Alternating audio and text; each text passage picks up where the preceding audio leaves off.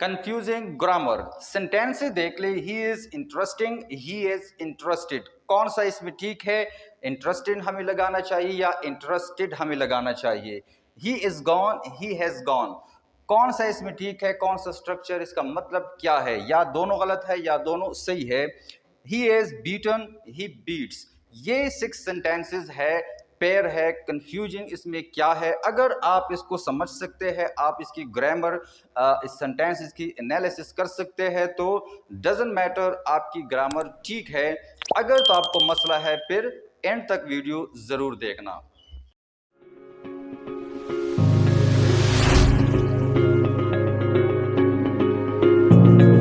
तो keep in mind, ये दोनों क्या है? एडजेक्टिव है, लेकिन इसमें फर्क क्या है? फर्क यह है कि इनको दोनों का फंक्शन जो है वो थोड़ा डिफरेंट है।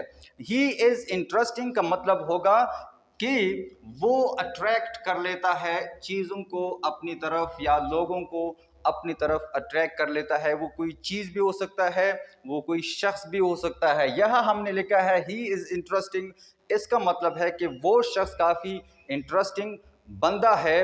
वो क्या है? अपनी तरफ लोगों को क्या है, मायल कर लेता है या अट्रैक्ट कर लेता है। He is interested, he is interested का मतलब क्या है? ये स्टेट ऑफ माइंड है कि आप किसी चीज में इंटरेस्टेड है। अब एग्जाम्पल देख ले, इन दोनों वर्डों को हम इस्तेमाल करेंगे। ये दो वर्ड जब इस्तेमाल करेंगे आपको आसानी से समझ आ जाएगा। फॉर इंस्टेंस, इंग्लिश लैंग्वेज जो है, मैं ये कहूँ कि English language is very interesting language, I am interested in learning English. तो इंग्लिश जो क्या है? इंटरेस्टिंग लैंग्वेज है, अट्रैक्ट कर लेता है लोगों को अपनी तरफ। तो मैं इसमें इंटरेस्टेड हूं कि मैं इंग्लिश लैंग्वेज सीख लूं। तो होप दैट इंटरेस्टिंग और इंटरेस्टेड आपको समझ आ गया। दोनों स्ट्रक्चर सही है, लेकिन इस्तेमाल या इसका फंक्शन जो है वो थोड़ा अलग है, इसमें फ़र्क है। He is gone, he has gone, अब ये दोनों ठीक है। ये सिंपल स्ट्रक्चर है, ये परफेक्ट या प्रेजेंट परफेक्ट का स्ट्रक्चर है। जब आप ये कहे कि he has gone, he is gone का मतलब होगा कि वो या तो लॉन्ग ड्यूरेशन के लिए जाएगा, ज़्यादा अरसे के लिए, या परमानेंटली जब कोई जाएगा कहीं, तो वहाँ भी आप वर्ड ही इज गॉन या ये स्ट्रक्चर आप इस्तेमाल करेंगे। अब ही हैज गॉन का क्या मतलब है? ही हैज गॉन का मतलब है कि ये शॉर्ट टर्म के लिए या शॉर्ट ड्यूरेशन के लिए कहीं जाता है। जैसे कोई जॉब के लिए गया है, या ऑफिस गया है, स्कूल गया है, मार्केट गया है, तो हम ये कह सकते हैं कि he has gone to market, he has gone to university, college, etcetera. Short time के लिए गया है, आज ही वो वापस आएगा या एक दो हफ्ते बाद आएगा।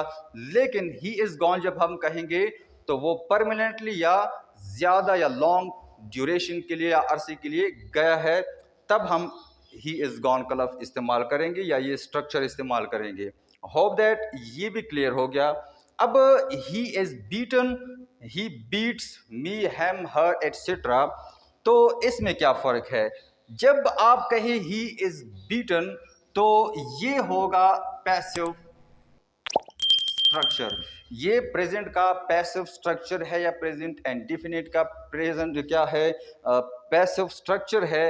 ही इज बीटन मतलब क्या होगा? इसका मतलब होगा कि उसे पीटा जाता है। यहाँ ही जो है ये कोई काम नहीं करता, बल्कि ये बीटन का जो एक्शन है, इसका रिजल्ट जो है वो ये रिसीव करता है। तो ये क्या है? पैसिव की स्ट्रक्चर है, उसे पीटा जाता है। ही बीट्स, इसका मतलब क्या है? कि वो पीटता है किसी और को, वो क्या है? एक्शन करता है मारने का या पीटने का। तो ये यहाँ ही जो है ये सब्जेक्ट है, डूअर ऑफ द एक्शन है।